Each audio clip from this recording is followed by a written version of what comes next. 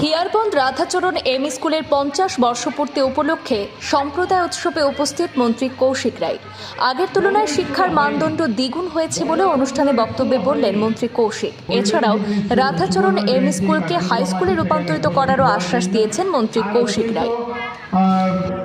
ভালো লেগেছে আজকে আপনারা এই স্কুল 50 বছর পূর্ণ করেছে এবং 50 বছর পূর্ণ করার পর আজ বুধবার কাছাড় জেলার বড়খোলা বিধানসভা কেন্দ্রের কাটিকুড়া শিক্ষাখণ্ডের অধীন সোনাপুরে ক্লাস্টারে সেখানে হিয়ারবন্দ রাধাচরণ এম স্কুলের 50তম বর্ষপূর্তি উপলক্ষে এক সম্প্রদায় উৎসবের আয়োজন করা হয়।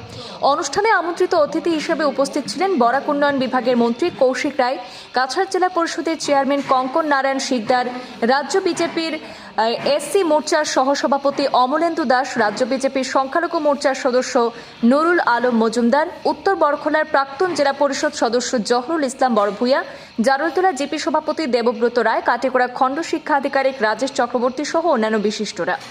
অনুষ্ঠানে বক্তব্য রাখতে গিয়ে মন্ত্রী কৌশিক রায় বলেন, বর্তমান সরকারের সময়কালে আগের তুলনায় শিক্ষার মানদণ্ড উল্লেখযোগ্যভাবে উন্নত হয়েছে।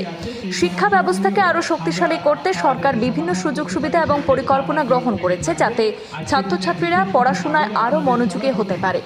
এদিন স্থানীয় জনগণের পক্ষ থেকে হিয়ারবন্দ রাধাচরণ এম স্কুলকে হাই স্কুলে রূপান্তরের দাবিতে মন্ত্রী কৌশিক রায়ের কাছে একটি স্মারকলিপি প্রদান করা হয়।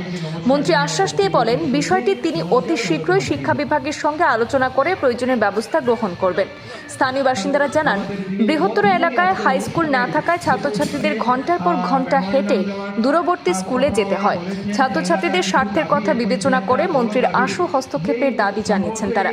মন্ত্রী কৌশিক রায় বিষয়টি গুরুত্ব সহকারে দেখার আশ্বাস দেন। অনুষ্ঠানের শেষে ছাত্রছাত্রীদের অংশগ্রহণে নাচ, গান ও সাংস্কৃতিক পরিবেশনার মধ্য দিয়ে উৎসবটি প্রাণবন্ত হয়ে ওঠে।